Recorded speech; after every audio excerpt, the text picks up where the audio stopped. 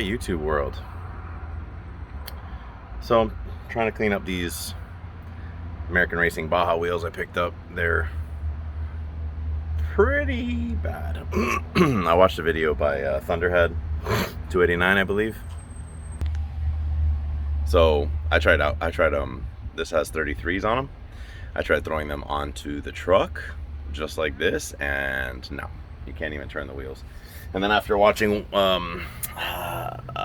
is it One Road, I think it is, with his OBS, I know he went through a mission trying to do a little 2-inch lift and this and that, even a reasonably cost-effective one. But to me it's crazy because you end up with the body being higher but not much more ground clearance, and he said it was a pain in the ass to align and the ride was rougher, so I'm not down for any of that. And I happen to think that it looks proportional right now. Proportional. It's got good proportions. It's like the size of the 30, I think they're the equivalent of 32s or 31 and a halves. The Yokohamas I put on the stock wheels look good. They look good. So I'm fine with that, and the 33s are too big. Plus, I got a good deal, but they're basically gone. I mean, I just need to dismount them. But here's what I'm dealing with. See? They don't look great. So I'm going to try to give this Thunderhead 289.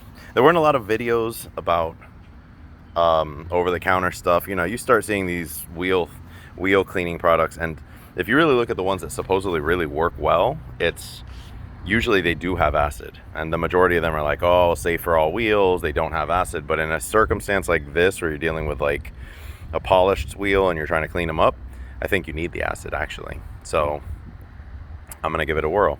So his suggestion was go to Walmart, get yourself some lemon juice because it's obviously acidic, not to be confused with acidic, and some baking soda. So literally like $4 worth of stuff, maybe $3. And then I just bought a sponge because we needed sponges anyway, and I had a spray bottle, so I did about 50-50. And let's give it a whirl. I'll just shake it up, liberally spray it on there. I'm really curious if this will eat up the grime and everything else. And these tires are coming off, obviously, so I don't really care too much. Let that sit on there for a second. I popped a little baking soda on there. I wonder if it has a bit of a reaction. And that's it. Let's use the green side of the sponge and just kind of see if it really does clean up that easily. This black stuff is really annoying. Listen, that's an old truck. You make it look good from, you know, from a distance. And these details are kind of cool, but at the same time, they're kind of not cool. Let's see, let me do wide angle here. Kind of not cool because, you know, there's a lot of little grooves and everything.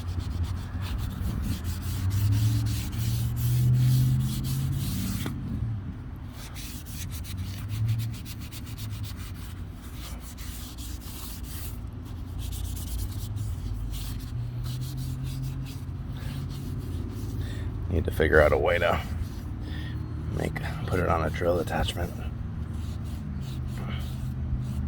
to get into these little tiny details, you know. That was the advantage of the ones Thunderhead was cleaning up, was his were his holes his holes were not polished. Like, it was just a straight hole, so it didn't matter if that stayed dirty and black.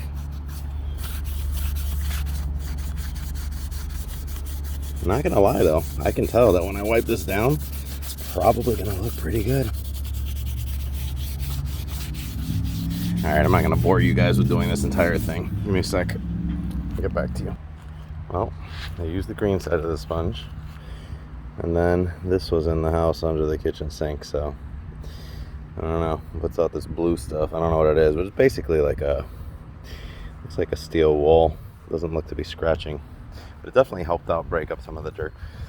For a once over, I just wanted to see how clean I can get them with this household stuff. I mean, literally $2 or $3 rather than if you buy the acid stuff on Amazon or anything like that, anything that you look up that has the acid stuff, it's like 30-40 bucks. Not the end of the world, but I wasn't convinced that it would do a better job. So I guess let's rinse it off and see whether or not it did.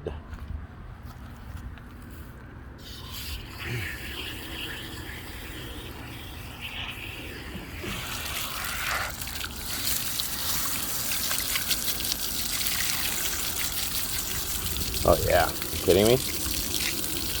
That's crazy. That right there is already passable. And then I obviously have the Meguiar's like metal polish. I'll probably try hitting it with that just to see what it'll look like as an end result. But I mean, for a little bit of elbow grease to bring them back from the dead like that, that's incredible. And then, you know, depending on how detail oriented I want to get, I can probably take a screwdriver wrapped in Brillo or something to get into these little edges. I mean, the real reason I like these wheels was the details, but, you know, when you're cleaning them up, that's not necessarily that fun to deal with.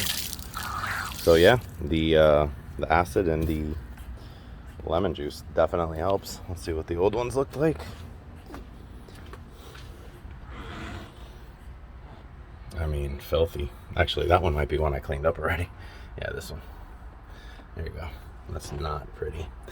I kind of cleaned this one up, as you know, a little bit wiped down, but this definitely breaks down like the staining and everything else. I mean, this looks totally doable, possible. All right, let me hit it with a little, let me dry it off and hit it with a little polish, see what the end result is. So now Meguiar, or Mother's Powerball, Speedball, whatever, and some of that polish.